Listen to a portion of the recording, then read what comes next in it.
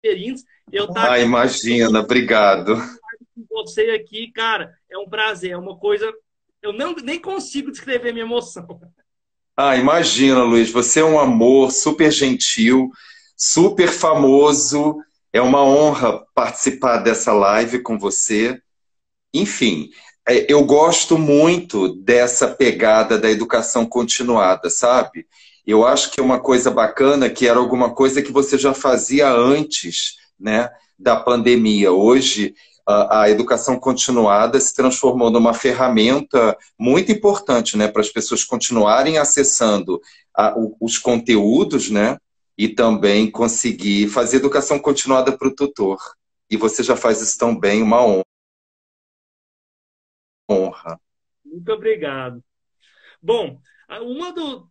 Te chamei aqui, ninguém melhor do que você para falar com a gente sobre um dos maiores problemas que eu vejo em clínicas. Aqui, além de trabalhar na clínica onde eu trabalho, eu sempre falo para o pessoal que me segue assim: eu trabalho meio que no mar de rosas, porque lá onde eu estou, atende cão e gato.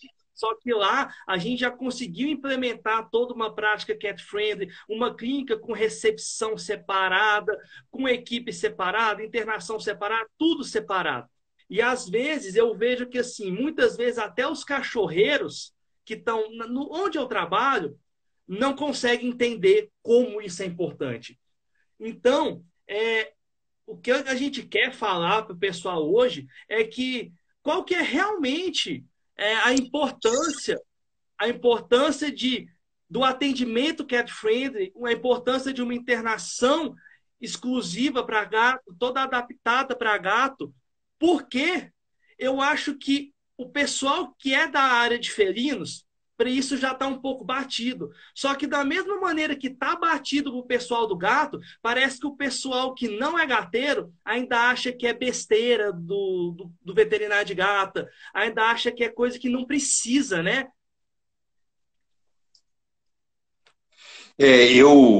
O que eu percebo é que a gente precisa reafirmar mais as justificativas da gente atender o gato com um certo privilégio. E quando a gente fala privilégio, é exatamente a gente conversar sobre os limites emocionais do paciente. Então, todo esse cuidado que a gente tem com o paciente, isso é uma tentativa tecnificada, instrumentalizada, é alguma coisa que é divulgado, né, pelas sociedades americanas e europeias de prática felina, né, que é o termo cat friendly. Então, que hoje, né, é administrado, né, pelo o mago da medicina interna felina, que é o Dr. Alexandre Daniel. Então, isso tudo é muito importante porque os gatos, de fato, não apresentam, né, uma fluidez, né, uma capacidade de se adaptarem muito rapidamente a esses desafios emocionais. E isso é alguma coisa que é inerente a esse limite, né, que eles ainda apresentam. Então, a gente podia já começar, né, a dar uma refrescada na cabeça dos colegas que gostam de gatos, né, que não é só um privilégio porque nós amamos, existe de fato um limite importante, eles de fato, eles apresentam um processo de domesticação muito peculiar. Então, a gente ainda tem muita cautela, né, em e falar sobre essa questão da domesticação, Luiz. Não sei qual a sua opinião, mas o alicerce da domesticação é exatamente você ter um animal que, mesmo que você, né, esteja afastado dele, ainda assim, quando ele se reproduz, as gerações seguintes apresentam essas características, né, de tolerância, né, de serem cordatos, de serem tolerantes com a nossa presença. Isso é a característica principal da domesticação. Os gatos, né, se eles forem sociabilizados na primeira semana, nas primeiras semanas de vida, ok, eles conseguem tolerar bastante. Agora, se você esconde o gato dos seres humanos, durante essas primeiras semanas, eles vão se comportar diante do ser humano como se eles fossem um animal não doméstico, né? É Vão para ficar com muito medo. essa fase sensorial que a gente chama não é só o contato com o ser humano, é um contato com qualquer coisa que esses gatos têm. Então, essa é a fase Exatamente. da gente brincar com eles, mostrar o que é importante, apresentar o mundo para ele. É o momento que esse gato tem que conhecer o mundo, porque nessa fase Sim, sensorial, o que ele aprende e adquire aquilo, ele vai levar naquilo na vida inteira como se fosse uma coisa comum. Por isso que um gato na rua é tão difícil que a gente pegue, porque é na fase sensorial e não teve contato com a gente. E aí vem exatamente. aquela coisa mais importante, que até eu conversei bastante com a doutora Larissa, quando ela falou, veio comigo aqui, um beijo para ela se ela estiver assistindo a gente, que é a importância do cuidado com o paciente na primeira vacina. Porque ali aquela primeira vacina, vou falar que meu som está baixo, deixa eu levantar aqui. Naquela primeira vacina que aquele paciente vai ter, que é a primeira e segunda dose, ele vai estar ali naquela fase sensorial. Então, se for uma vacina agressiva, só pegar um fone de ouvido aqui para ver se melhora, rapidinho. Eu tenho percebido isso, sabe? As pessoas estão começando a entender que existe, né, apresentações muito peculiares do gato. Então, o gato que não foi sociabilizado, que não teve a chance de se aproximar do homem e de tudo que envolve a convivência com os seres humanos, eles acabam apresentando limites de tolerância muito limitado, né? Agora, se eles foram gatinhos que foram adaptados à convivência com seres humanos e tudo que envolve isso, aí tudo bem. Eles acabam. Então, acho que a primeira conversa é entender que, ainda que a gente tenha as clínicas dedicadas exclusivamente aos gatos, os médicos veterinários cada vez se interessando mais pelo paciente felino, nós temos apresentações individuais do paciente felino. Então, daquele que foi sociabilizado, né, com limites, não foi apresentado ao ser humano, ou até, Luiz, foi apresentado, né, com vacinas feitas em condições ameaçadoras, né, com muito álcool, com muito barulho, essas coisas todas, aí a gente tem uma apresentação mais distinta daquele que foi apresentado desde o começo, a todas essas experiências. Os gatinhos, quando são treinados a receberem manipulação via oral, da segunda até a oitava semana, com petisco, são gatinhos que jamais apresentam intolerância à medicação via oral. Então, são ferramentas super importantes, né, de blindagem. Com certeza. E aí, quando a gente pega pacientes que não têm esse contato com o ser humano cedo, ou tem esse contato de forma agressiva, né, Gabriel? Às vezes uma primeira vacina com 5 pessoas puxando, esticando, quando aquele gato vê um veterinário de novo, entrar num local como aquele de novo, ele vai se sentir totalmente ameaçado. E aí, quando ele está ameaçado, ou ele congela ou ele ataca. E aí vira aqueles pacientes que chega um veterinário que não está habituado, fala que é o gato demônio. Né? Mas na verdade não é que é um gato demônio, é um gato que simplesmente está se sentindo ameaçado e ele está reagindo àquilo. A gente tem que lembrar que o gato na natureza, tem veterinários que acreditam que o gato já é um animal doméstico, alguns acreditam que está em domesticação, mas independente de qual seja a opinião, na natureza ele é um predador, mas ele é uma presa também. Se naquele momento ele está se sentindo uma presa, ele vai reagir. E aí é o momento que a gente tem que ter a paciência. Eu vivo falando para os meus alunos, Gabriel, do pessoal do curso, não adianta você atender gato se você não tiver paciência. Porque às vezes o gato ele está com medo. Aí naquele primeira manipulação, ele foi correndo, bateu em você. Se naquele momento você fizer uma pinça nele, jogar na mesa, segurar ele de maneira firme, esticar, dali para frente vai virando uma bola de neve e vai ficando cada vez mais difícil. É verdade. Então, se naquele momento que o gato está agressivo, você simplesmente solta ele, Dá um tempinho para ele, deixa ele ficar com o proprietário, vai fazer outra coisa, daqui a pouco você pega uma toalha, vai e tenta de novo. É o que muitas pessoas às vezes acham um absurdo você virar para o proprietário, Gabriel, e falar assim: volta amanhã, vamos coletar o sangue amanhã que é melhor. Porque às vezes você tenta uma vez, duas vezes, ele já está extremamente estressado. E a gente submeter ele a uma situação tão estressante é o que a gente não quer. Porque não basta atender, tratar aquele paciente. Você tem que tratar ele de uma maneira correta. Porque não adianta a gente cuidar ele com medicação, sendo que aquele paciente emocionalmente está totalmente destruído. É como se, vamos supor, um paciente que está em sepse, está na internação e precisa da medicação, mas aquele paciente está passando por um distúrbio, um estresse emocional tão grande que a gente fica pensando até que ponto não seria melhor que esse paciente estivesse em casa, na casa dele, tomando um comprimido, do que estar aqui passando por todo esse estresse. Às vezes, num local inadequado, com um cachorro latindo do lado dele, que a qualquer momento eu vou morrer, me trouxeram para morrer. Ele não entende. Para ele está na internação tomando um fluido, tomando uma medicação endovenosa, uma antibiótico terapia. Para o veterinário, não, eu estou fazendo a minha parte, eu estou tratando. O gato Sim. simplesmente não entende. Ele acha que ele só está pensando no estresse emocional nele. Então a gente pensa até que ponto que isso é benéfico para o gato. Até que ponto aquele gato não era melhor você simplesmente passar ele para casa com antibiótico, ele não ia se recuperar mais rápido do que se ele tivesse na internação tomando a medicação na veia. Mesmo a gente sabendo que o antibiótico endovenoso tem uma ação melhor do que o oral.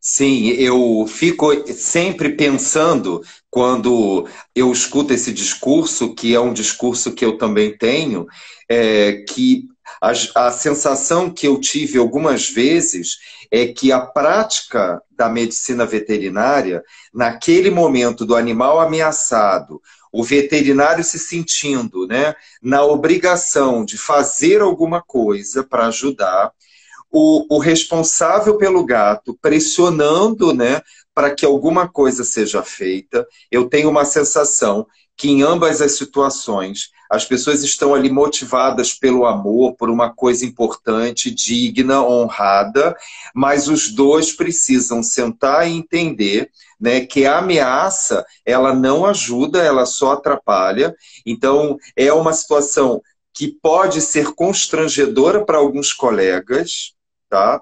E pode ser alguma coisa difícil de alguns pais e mães de gatos entenderem, quando de fato a gente entende, né, que talvez o melhor seja não manipular, ou que o melhor seja dar 30 minutos com a sala apagada, com uma música, com alguma experiência sensorial, né? Fellow Way, Stress Away, alguma tentativa sensorial para fazer com que esse animal consiga se blindar um pouquinho mais.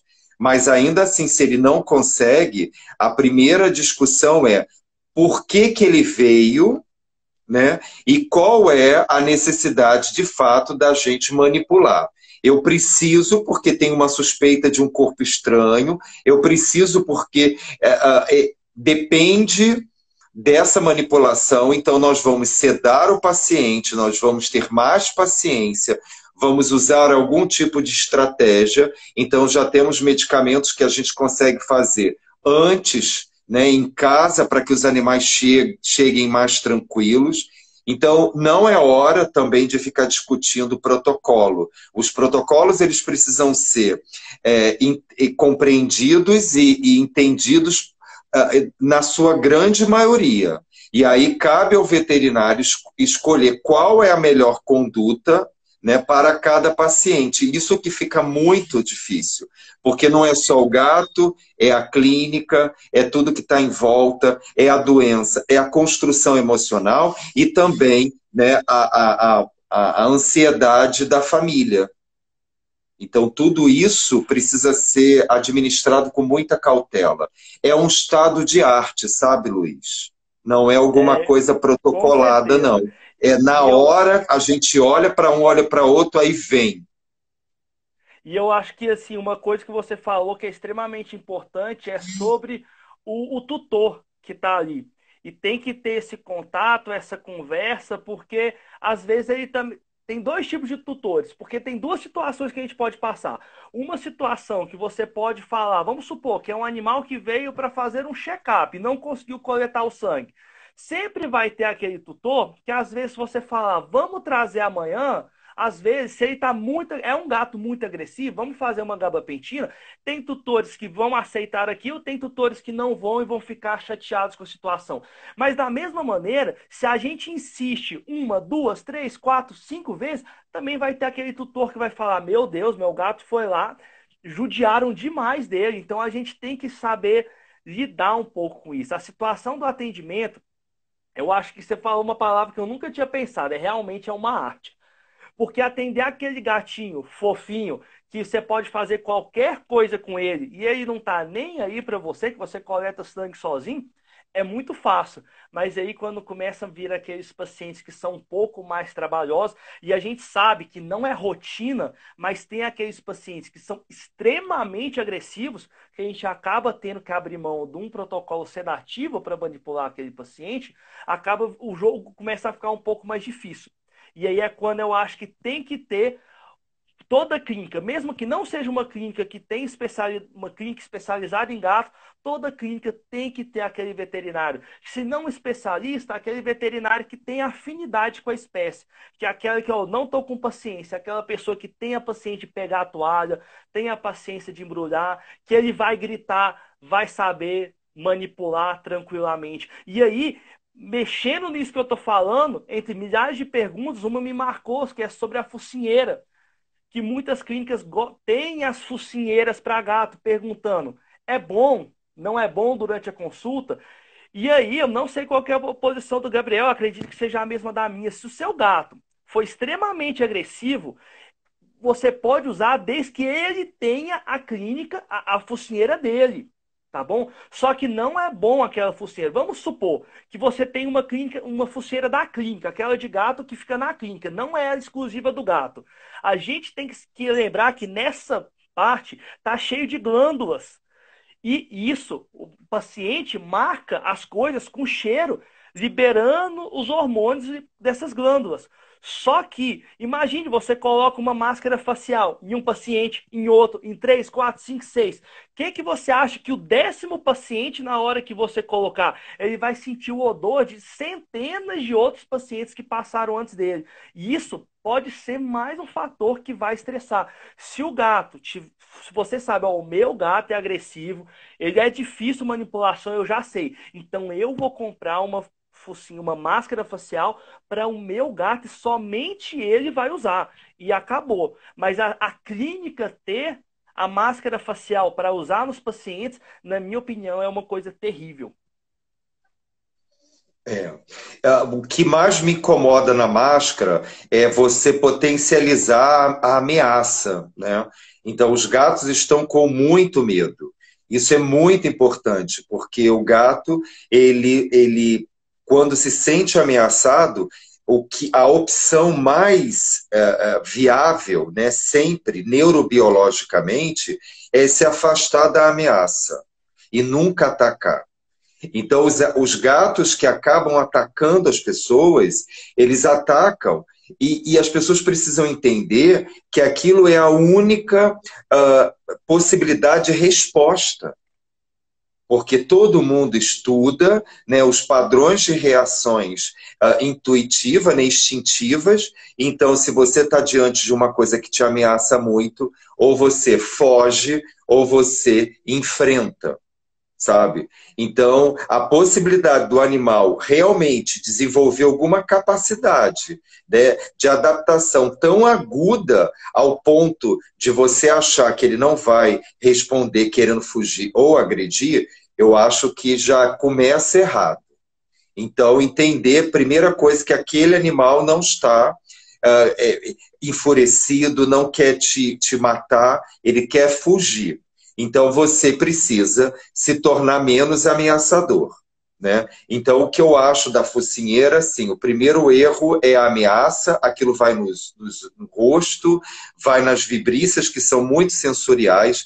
Muitas das vezes essas máscaras nas clínicas passaram pela face, né, de muitos outros animais, então isso aumenta mais ainda a sensação de desconforto, e ainda que alguém consiga fazer isso, você só está potencializando, né, aquela sensação de ameaça, e como ele não consegue fugir, porque você vai obrigar ele a ser submetido àquilo, né? Da próxima vez que ele voltar, ele volta pior, ou então ele direciona tudo aquilo que ele não conseguiu fazer ali, né? Ele direciona como uma resposta que está ali guardada, né? Não de raiva, de angústia, de nada disso ruim que os seres humanos fazem, né? Do tipo guardar aquilo. Não, aquilo é uma resposta reprimida fisiológica. Ele está dentro da caixinha ainda estressado, ele chega no carro ainda estressado, e quando ele chega em casa, né, ele tem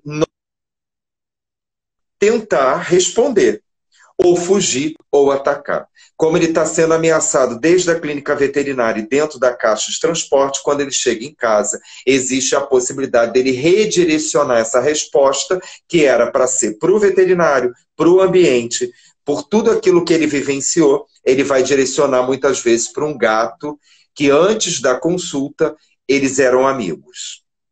Né? E Então até essas coisas porque precisam ser bem faladas, né, Luiz? Porque senão as pessoas ficam achando que os gatos são rancorosos, que eles ah, guardam sim. a raiva. Não é nada disso. O pobre dos Até animais foram porque, Gabriel, ameaçados o tempo todo. a gente tem que lembrar que hoje, mesmo a gente comentou sobre a máscara, mas para gente que tem uma rotina, eu, por exemplo, hoje eu estou atendendo exclusivamente gato, quando a gente aprende a usar a toalha, a gente vê que a gente não precisa. Se uma toalha não está funcionando, às vezes você enrola em duas e ali a gente com duas pessoas ali que tem paciência e sabe manipular um gato, a gente consegue. Então acaba que não precisa. Alguém fala, ah, eu não coloco máscara, eu coloco um cone no gato. Acaba que a resposta vai ser a mesma, né?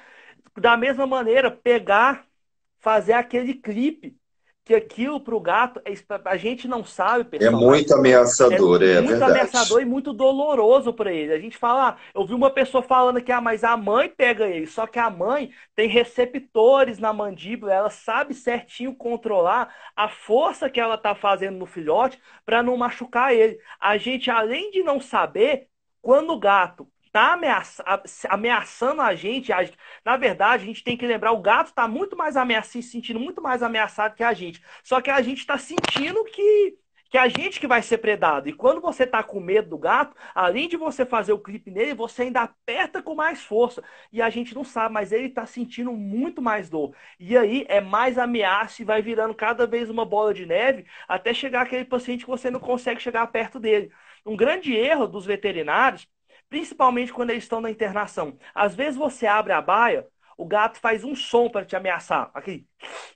E ixi, eu nem vou chegar perto porque ele vai me bater. Na verdade, ele não tá querendo te atacar, ele tá querendo te assustar. Ele só tá te falando, cara, eu tô com medo de você. Não chega perto de qualquer jeito, senão eu vou te atacar. Então, quando ele faz o que o pessoal diz de riscar fósforo, ele não está falando que ele vai te atacar. Ele só está dizendo que ele está com medo de você. Daí, se ele entra em posição recolhida, coloca a orelha para trás, aí você fecha a baia, amigo. Porque aí realmente ele já está falando. Chega perto de mim que eu vou te bater. Mas se ele está só fazendo som para você, vai com calma. Dá tempo para ele. Coloca a palma da mão, às vezes você consegue fazendo um carinho e ali você vai conseguindo ganhar a confiança dele. Só que se no primeiro momento que ele tenta te ameaçar, você fica com mais medo dele que ele de você, aí a coisa já não vai dar certo. Porque aí você vai, como você está sentindo medo, você vai nele fazer uma contenção agressiva. E é isso que não pode. A gente tem que lembrar que eles estão com muito mais medo da gente do que a gente deles. Então, esse é um Sim. problema muito grande. É Ah, igual isso aí cavalo. tu é. Ah, O pessoal fala que o cavalo sente que quando tem uma pessoa que está com medo dele, gato é a mesma coisa. Ele sabe, ele vai sentir que você está com medo dele. A gente tem sim. que considerar isso. Então a gente acabou de discutir, então, né, que a característica que o veterinário precisa ter para atender adequadamente o gato é gostar de gatos genuinamente. Então, se a pessoa não se sente confortável perto dos gatos, né, então eu acho que o primeiro passo é conhecer o animal, conhecer as peculiaridades, se envolver, se encantar com o animal, né, enxergar beleza naqueles comportamentos tão peculiares. E aí depois a gente conversa sobre técnicas, ou, de repente, possibilidades de contenção emocional, farmacológica, física. Então, é isso. E eu gostaria tanto que as pessoas, mais do que se interessarem por protocolos de sedação e tudo mais, eu gostaria que as pessoas se interessassem também em evitar que isso tudo aconteça, sabe? Então, já tive experiência de dar palestra em locais com muitos veterinários, e quando a gente pergunta se eles conhecem e praticam as técnicas de treinamento espécie específico, ou seja, se colocar numa posição menos ameaçadora e fazer atividades dentro da clínica, né, para que eles possam fazer uma associação clássica, né, produtiva, construtiva. Então, os animais vão associar o ambiente hospitalar, né, a presença do médico veterinário e equipe, né, com emoções positivas, né? E a gente consegue isso gostando do gato, tentando comprar ele com carinho e com petisco, prestando atenção se o nosso estabelecimento, né, apresenta alguma coisa que costuma ameaçar os gatos. Entender se aquela sala de espera ela não pode ser dividida, ou se de repente a logística, Luiz, possa ser dividida. Tem muitos colegas e alunos que fazem isso. Então, eles têm apenas um consultório para atendimento, mas eles são tão comprometidos com as necessidades específicas do gato, que mesmo num consultório só, eles conseguem segregar os materiais, as condutas. Muitos até têm jaleco para atender cão e jaleco para atender gato, mesmo numa sala de espera só e num consultório só. A gente sabe que não é o ideal, mas já é absolutamente fenomenal, né? Que você vê que só a pessoa mudar a forma dela pensar, o paciente, independente de onde ela esteja, ela consegue, né, blindar o paciente da melhor forma que ela consegue. Então, tem que gostar de gato, né? E eu acho Então, que se você é cachorreiro, fica no cachorreiro apenas. Se você consegue entender cães e gatos, né, nas suas limitações emocionais, você está super de parabéns. Porque, Luiz, é mais fácil para a gente, sabia? Que a gente não cuida de cães. Os cães são incríveis, mas eu não tenho, né, o cão como um paciente. Então, para mim, tudo que as pessoas falam dos gatos, para mim, é normal. Né? Então, quando as pessoas falam, nossa, o duto biliar e o duto pancreático do gato é diferente. Não, diferente para mim é do é o cachorro, cachorro. né? Que é separado. Do gato é junto e para mim isso é o normal. Né? Então, isso é muito interessante. Na hora que você for atender o cachorro, você tem que achar que tudo aquilo é normal do cachorro. Foi para o gato, né? Não pode comparar, né, de maneira tacanha. Então, tudo aquilo agora que você está atendendo no gato é normal. Isso é muito interessante. Eu tive a chance de conversar com veterinários de gatos, ele me contou o quanto que ele ficou impressionado, porque há muitos anos ele não atende cães, e ele foi palpar um cachorro de 70 quilos com o linfonodo aumentado. Então, é impressionante, né? Porque é uma diferença muito grande. Então, eu acho que a gente tem que conversar nesse nível. Então, ninguém é diferente ou semelhante a ninguém. Cada um tem a sua individualidade. E o médico veterinário tem que trazer isso com muita naturalidade para o seu cotidiano. Eu E acho você que é uma falou das uma coisa que é muito características. interessante, que é a adaptação. A gente tem que entender as necessidades individuais de cada um. Eu lembro uma história muito interessante que na época, quando eu comecei a fazer pós-graduação em felinos, eu não queria ser um especialista. Eu só queria realmente aprender a atender gatos, porque eu não sabia. E quando eu comecei a assistir a aula, algumas coisas simples, como por exemplo, deixar o gato andar no ambiente enquanto você faz a anamnese, não olhar no olho do gato, deixar o gato virado para o tutor, eram coisas que antigamente eu, como cachorreiro, falava que era frescura. Realmente achava que não tinha necessidade daquilo tudo. Só que aí Entendi. a gente começa, aplica uma coisa, aplica outra, aplica outra. E daqui a pouco, os outros veterinários da clínica estavam falando, Luiz, como é que você consegue atender gato tranquilo? Como é que às vezes você consegue, como por exemplo, eu coloquei um vídeo coletando gato, sangue de um gato da jugular sozinho, ou então da cefálica com o paciente fazendo carinho ou ele comendo um petisco. Quando a gente não tem a rotina de fazer aquilo, a gente acha que é uma coisa normal. Mas um desafio simples, simples que eu faço para todo mundo que vai atender um gato. Coloca a caixa aberta, virada para o tutor e vai fazendo a anamnese. Se ele quiser sair, deixa ele sair. Se ele não quiser, deixa ele lá. Vocês vão ver que só de vocês fazerem isso. Eu lembro que foi o Alexandre Daniel que falou isso. Faz só isso. Alguns gatos saem e começam a andar no consultório, anda para lá, anda para cá, daqui a pouco ele sobe na mesa, você vai, olha a orelhinha dele, olha o palato, ele continua andando, daqui a pouco ele está se esfregando e sobe no seu colo. E você não fez nada, você só deu tempo para ele se adaptar no ambiente. Só que quando você não consegue ver aquilo como necessário, a gente acha que é frescura. Infelizmente. Mas, cara, eu falo para todo mundo, se dê uma chance de aplicar essas coisas, todas essas práticas, que não nasceram do nada, né, Gabriel? Tipo, teve muito estudo em cima disso. Então não é coisa tipo assim, o pessoal dos gatos inventaram um monte de coisa. Não, tem muito estudo e estudo que já vem há tempo já. Então realmente Muito tempo. é ciência já, né, isso.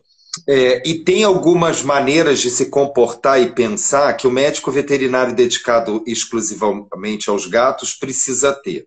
Por exemplo, ter logística. Entendeu? Então o gato chega, se você entende aquele animal como um animal que exibe limitações emocionais, você tem que estabelecer logo, imediatamente, uma relação de confiança com a família e também estabelecer algumas estratégias. Então, olha só, vamos falar sobre tudo, calmamente, vamos estabelecer qual é a motivação da nossa visita, né? O que que nós vamos fazer, o que é obrigatório, o que dá para passar, o que de repente, se a gente não conseguir, a gente não vai fazer.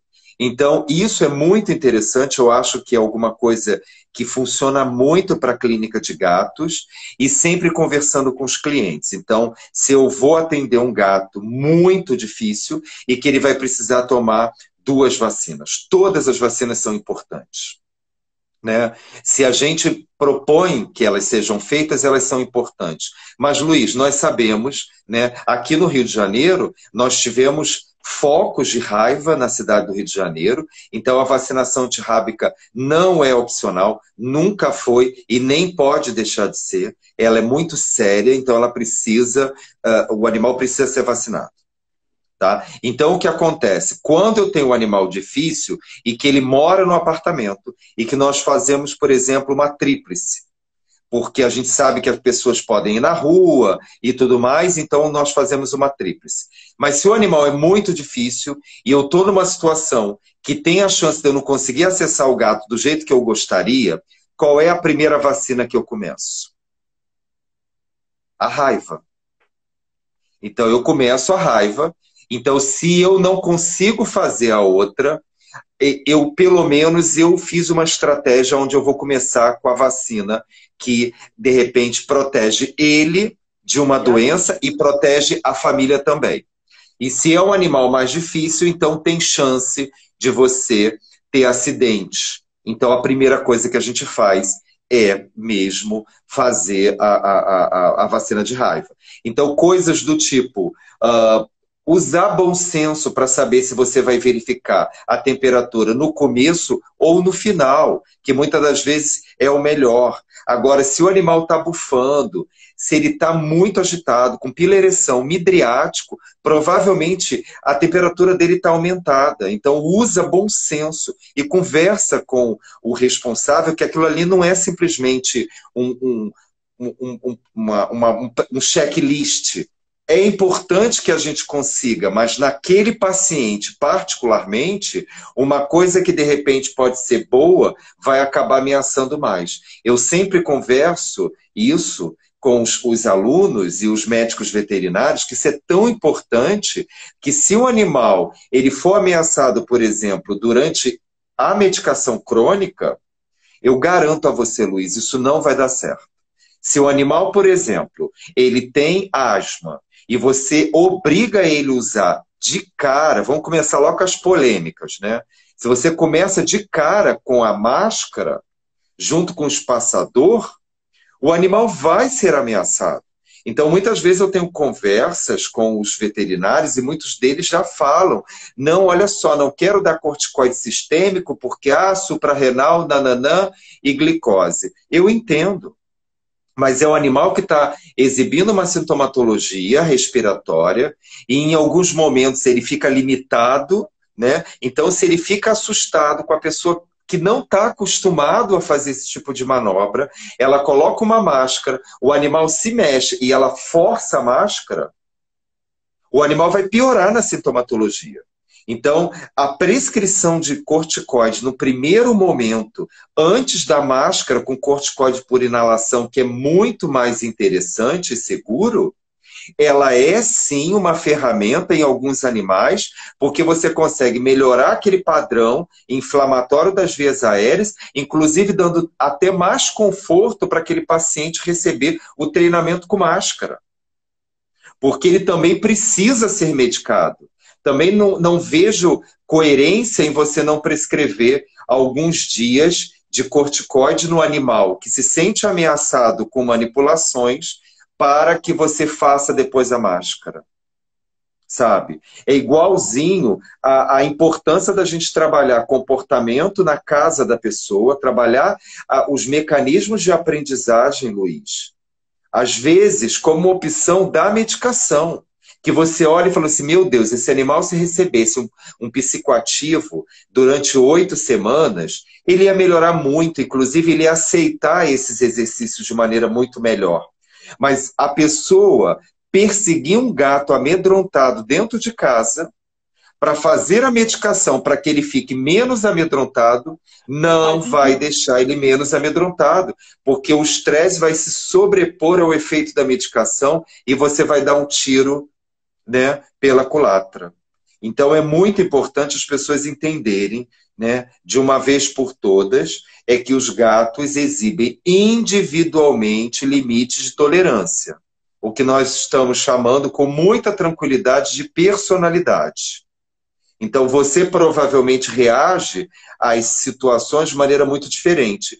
Eu estou muito incomodado com a pandemia porque pessoas estão sofrendo demais, estão separadas das suas famílias, estão perdendo entes queridos. Estamos diante de uma situação pública muito difícil, né? Mas eu, particularmente, não me importo de ficar dentro de casa. Mesmo, né? Eu não tenho problema em ficar mais meses dentro de casa. Então é só um exemplo, e tem pessoas que não estão tolerando mais o confinamento.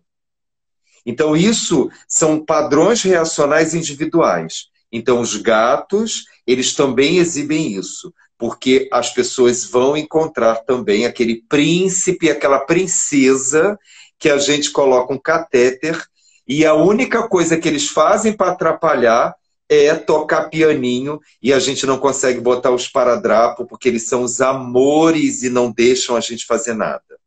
E já de antemão, falando para alunos que têm o interesse de cuidar de gatos, isso não é uma propaganda vazia. Eu acredito que o professor Luiz deva ter a mesma experiência.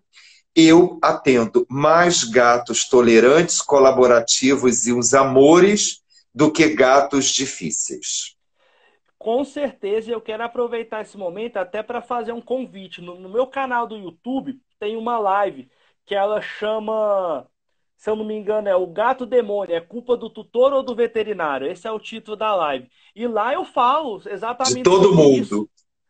que a gente tem a maior parte dos gatos, quando você faz tudo certo, e fazer tudo certo, vem lá da casa dele. E para o tutor saber que ele tem que fazer aquilo certo, é responsabilidade nossa. O tutor não sabe que ele tem que pegar uma caixinha de transporte, bater Fairway 20 minutos antes, colocar uma toalha em cima para ele não ter estímulo visual, colocar a música baixo no carro. Se você não contar isso para ele, não é obrigação dele saber. Agora, Exatamente. é obrigação nossa e treinar ele para isso. Só que se você faz tudo certo, você tem esses pacientes que são maravilhosos, que o Gabriel acabou de falar. A maior parte dos pacientes que eu atendo também são assim. Só que da mesma maneira que você tem aquele paciente que se você fizer tudo errado, ele ainda vai ser bonzinho na clínica, tem aquele que você vai fazer tudo certo e ele ainda vai ser agressivo por causa de experiências passadas que ele teve. Só que tanto o que você faz tudo errado e é bonzinho, tanto o que faz tudo certo e ele ainda é malvado, são as exceções. A maior parte dos gatos, quando você faz os manejos certos de transporte, na recepção, o professor falou uma coisa linda. Às vezes você não tem uma recepção separada, mas se você usar a imaginação, você pega aquele tutor, coloca num consultório separado, na sala de vacina para esperar. Que aí, quando ele chega na sala, no consultório, a maior parte dos pacientes vão estar bonzinhos. É a nossa rotina. Não estou falando que eu nunca atendo gato que é bravo, não tem gato que às vezes a gente tem que usar duas toalhas. Também não estou falando que não tem situações que eu também não tenho que sedar gatos. Já teve situações, mas isso tem que ser a exceção. Não pode ser normal o gato que é agressivo, que você precisa de três pessoas com toalha. Não pode ser normal o gato que você tem que sedar. Tudo isso tem que ser a exceção. O normal na nossa rotina tem que ser o gato que está assustado e no máximo você com uma toalha ali você consegue fazer as coisas. Porque Sim, aqueles gatos que você que tira da caixinha e deita para cima, você faz o que você quiser, também vai existir. Mas a maior parte dos gatos vão estar um pouco assustados, mas você faz carinho, coloca uma toalha, daqui a pouco você coloca um petisco, coleta sangue sozinho dele ali é. da cefálica, da femoral, da jugular, e aí vai do gosto pessoal de cada um, né? Então, eu convido todo mundo para assistir essa live. Vai lá no canal do YouTube. Inclusive, nessa época de quarentena, pessoal, eu liberei 20 lives, que essas lives são disponíveis só para os alunos do curso, tá? E eu liberei para todo mundo, enquanto durar essa quarentena, tá lá para todo mundo assistir. Então, aconselho vocês a vai lá, assiste, depois vocês comentam e me contam o que vocês acharam. E também, É. não adianta, pessoal, você fazer tudo errado e depois falar, nossa, olha só, olha o tanto que gato é esse, tá vendo? Por que eu não gosto de atender gato? Por causa disso aí, ó. Me machucou, me mordeu, me unhou. Mas aí você vai acompanhar, vai ver o que aconteceu. Tá na recepção do lado um Rottweiler latino. Aí entrou no consultório, abriu a caixa. Ele não quis sair. Aí você pega ele na caixa, ele te ameaçou. Você ficou com medo, você pega a caixa, faz assim, pro gato cair. Aí ele tá totalmente ameaçado, ele te bate, te machuca. Você fala, tá vendo? Por isso que eu não gosto de atender gato. Tá vendo tanto que gato é chato? Por isso que eu não gosto de atender gato. Sendo que a culpa é sua. A gente fala muito disso na aula. É uma série de fatores. O gato não é um demônio. Mas ele vem numa série de fatores estressantes que ele sai de casa, só de sair de casa ele já se sente ameaçado. Entrou no carro, ameaçado. Se tem música alta, não colocou toalha, tá tendo um monte de estímulo visual novo, tudo isso é ameaçador. Aí chega na clínica, o Rottweiler latindo do lado dele e fala: Meu Deus, já saí de casa, já tô estressado. Tem um predador do meu lado, eu vou morrer. Aí chega lá uma pessoa, ele já tá ameaçado, ele já tá achando que ele vai morrer. Qual que é a primeira pessoa que ele vê na frente dele tentando pegar ele depois? Você. E ele acha que você é aquele predador. E ele vai te atacar. sim, Mas a culpa não é dele, ele está só se defendendo. Como qualquer presa na natureza, quando está encurralado, primeiro tenta fugir. Se está encurralado, ele vai bater. E aí, infelizmente, é você que está na frente dele. E aí você não pode sim. reclamar que meu gato é um demônio. Não. Você transformou ele, a culpa. Uma série de situações transformaram ele naquele gato agressivo. Sim. O que eu gostaria de deixar bem claro para todo mundo é que, assim, é muito difícil a gente criar um protocolo de conduta. As pessoas ficam, assim, muito motivadas a quererem identificar, né, protocolos de conduta. Não tem como. A contenção física e a contenção emocional, que é o que a gente tem conversado até agora, elas são muito interessantes e não envolvem medicamentos nem aplicação de drogas, né, injetáveis. No entanto, é muito importante que as pessoas realmente, né, conversem. Então, família do gato, junto com os médicos veterinários, porque pior do que não dar a sedação, entendeu? Do que dar a sedação assim de maneira leviana, qualquer coisa ceda, é você não usar a ferramenta contenção química quando o animal precisa. Então, muitas das vezes também, esse limiar, né, que o médico veterinário tem que desenvolver, de olhar, não, parou. Aqui não dá mais para fazer contenção. O animal está muito perturbado, ele está vocalizando demais, ainda que eu consiga segurar ele, né, conter, seja como for, está sendo muito perturbador. Então, eu posso sim lançar mão de protocolos farmacológicos. Claro, tudo com responsabilidade e conduta médica, né? É só porque muitas das vezes eu tenho medo de incentivar um lado ou outro. Então, eu estou aqui para fazer o papel do advogado do diabo.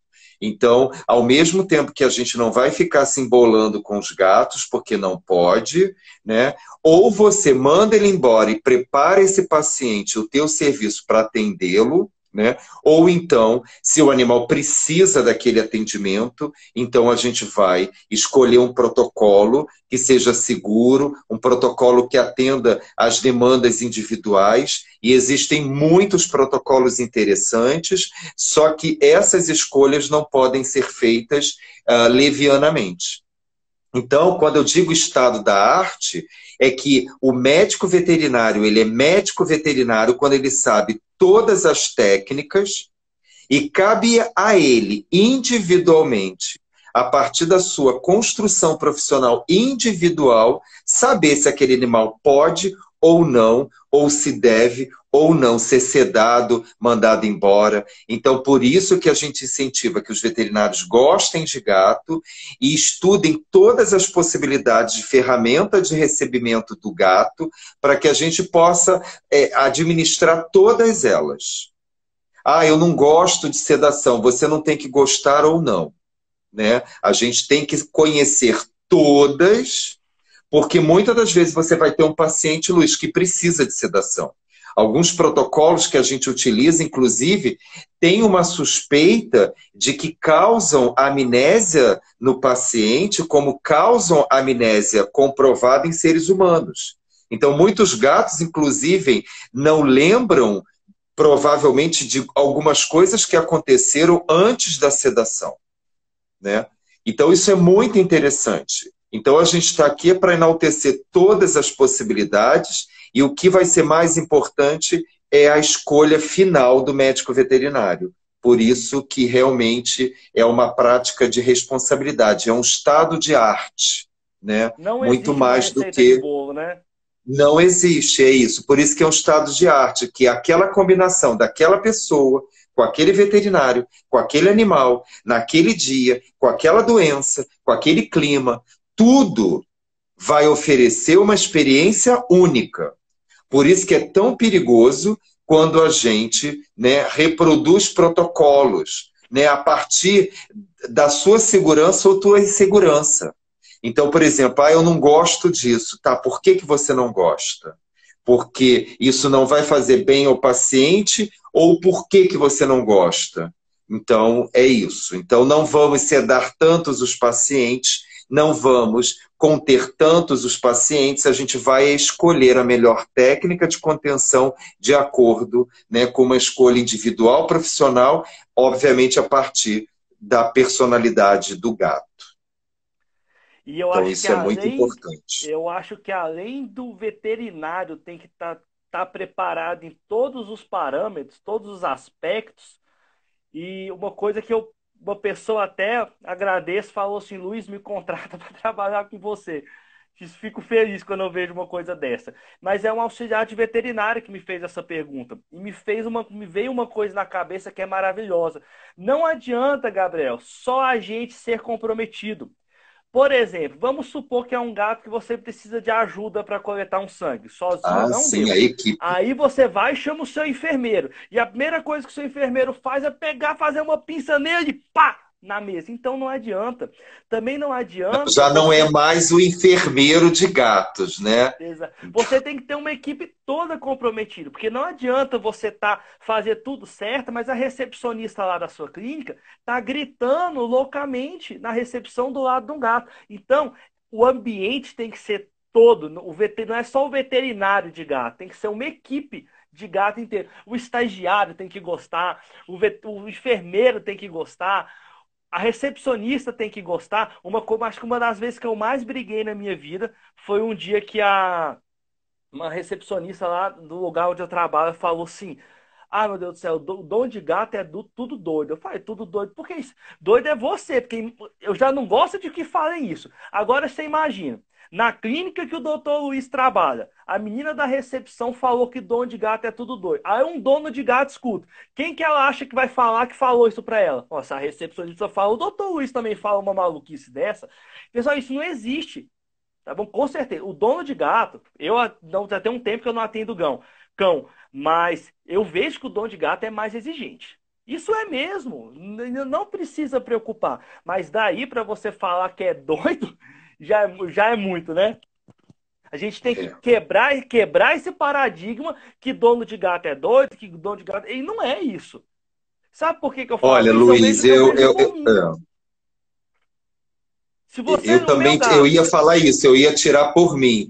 Então, quando a ia ser o meu pessoa, gato, eu mesmo levo o veterinário, meu fala que eu gato. sou louco, Eu ia ser insuportável quando meus gatos ficam doentes, eu sou insuportável. E aí eu não tenho paciência com um cara que às vezes está preocupado, o animal dele internou, fez uma cirurgia e está preocupado, não sabe o que aconteceu, está com medo de perder o amiguinho dele, tem muitos que são filho já, né, já é da família, e ele é simplesmente exigente como você seria se fosse o seu paciente. Então a gente tem que pensar nisso, a gente tem que ser mais empático. Eu acho que a palavra certa para esse momento é, é empatia. Então a gente tem que se colocar sempre do lado do tutor e ser empático com ele para quebrar esse paradigma. sim. E assim, isso chama internalização do conhecimento. Então, se a pessoa pensa assim, se ela fala assim, então ela precisa primeiro internalizar o conhecimento, né? O amor e respeito aos gatos e às pessoas. Então, eu tenho um gato, né? E aí você coloca ele na caixa de transporte, que a gente consegue fazer um contracondicionamento para que eles consigam se sentir à vontade, mas ainda assim é um desafio muito grande. Os meus gatos preferem ficar em casa e eu prefiro que eles fiquem em casa, né? Então, quando eles precisam sair, normalmente é uma experiência que gera muita ansiedade para mim, e sou médico veterinário, trabalho com educação continuada para o tutor de gatos. Então, naquele momento, eu estou preocupado porque meus gatos vocalizam, e aí eu ligo a música, mas não funciona, e aí eu paro em cima de um carro porque eu estou prestando atenção no meu gato que está com medo, e é muito complicado. Então, quando eu chego na clínica veterinária, eu já encontro uma pessoa, né, que ela não precisa falar. Se a pessoa acredita que as pessoas que gostam de gatos são malucas, ou são difíceis, ou são exigentes, entendeu? Na cara dela já vai estar escrito isso, né, quando a pessoa chegar. Então, eu acho que a coisa mais importante, né, antes dos treinamentos, das capacitações, né, do treinamento, do conteúdo, né, das práticas, as espécies específicas, a gente tem que gostar do gato genuinamente. Então, o gato tá batendo e bufando, tu tá dando um sorriso, ah, meu amor, o tio já vai mandar você embora, e você tá brigando com a gente por quê? É só um gato. Entendeu? Então, isso aí é uma coisa muito importante. É só um gato com medo. E com uma pessoa que está ali no meio de uma pandemia, levando o gato dela numa clínica, precisando de acolhimento. Então, sabe, eu acho que eu até me chateio com relação a isso. Eu acho que se a pessoa não gosta de gato, ela pode não atender gatos. E eu acho mesmo que os médicos veterinários deveriam entrevistar as suas staffs em relação a isso. Né? Então, você gosta de gato, você tem vivência com gato, e aí eu faço esse serviço que eu já vi você fazendo também. A gente vai capacitar nas clínicas dos colegas, não os médicos veterinários, mas a equipe. Então, a gente faz, né, os exercícios de treinamento, aula práticas, aulas teóricas, né? A gente conversa sobre os limites emocionais dos pacientes, mostra como que as pessoas de gato acabam ficando ansiosas em levarem os gatos. A gente faz isso com a equipe médica, não veterinária, com a staff, porque, como você falou brilhantemente, todo mundo tem que estar envolvido e gostando do gato. Se tem uma pessoa que não gosta, aí já é muito difícil. Gabriel, infelizmente a gente está quase acabando o nosso tempo, mas eu quero te perguntar uma Jura, coisa. passou tão rápido. Já a gente tem só uns 5 minutinhos. O gato sem enriquecimento ambiental. Você está falando muito sobre a pandemia, né? E muitas pessoas estão se sentindo ansiosas, primeiro pelo medo, segundo porque chega uma hora que você está cansado de ficar em casa. Ninguém aguenta mais ficar em casa, já viu todas as maratonas do Netflix. Como é que a gente relaciona isso com um gato que não tem nada para fazer em casa? Que fica ansioso, nervoso, agoniado, Aí eu vou porque aproveitar os 5 minutos. Tem que fazer atividade com o gato. Atividade estruturada, atividade com previsibilidade, com constância. Então, aquela desculpa que eu escuto, Luiz, há 25 anos que as pessoas não têm tempo, agora com a pandemia elas têm tempo. Então, a gente tem que aproveitar esse momento de ficar dentro de casa e prestar mais atenção nos gatos e fazerem aqueles exercícios comportamentais que a gente sempre fala e todo mundo acaba não fazendo.